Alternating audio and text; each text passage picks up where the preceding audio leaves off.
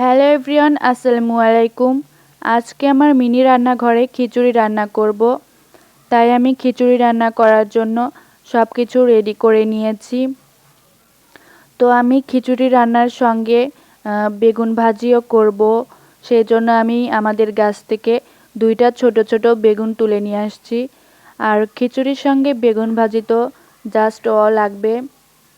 তো এখন আমি পেঁয়াজ মরিচ কুচি করে নিচ্ছি।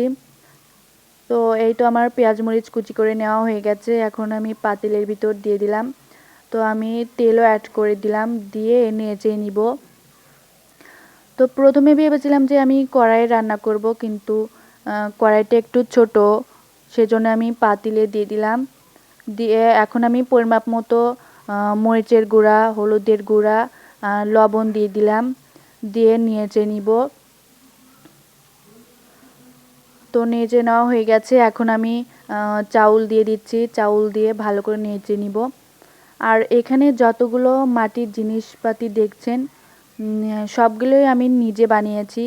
তো আমার মাটির জিনিসগুলো আপনাদের কেমন লাগলো সবাই জানাবেন। তো আমার নেড়ে নেওয়া হয়ে গেছে। এখন আমি পানি দিয়ে দিব। পানি দিয়ে ভালো করে নেড়ে নিয়ে ভালো করে কষিয়ে ঢেকে দিব। তো আজকের ভিডিওটা অনেক বড় হয়ে যাচ্ছে। এই তো খিচুড়ি বল উঠে গেছে।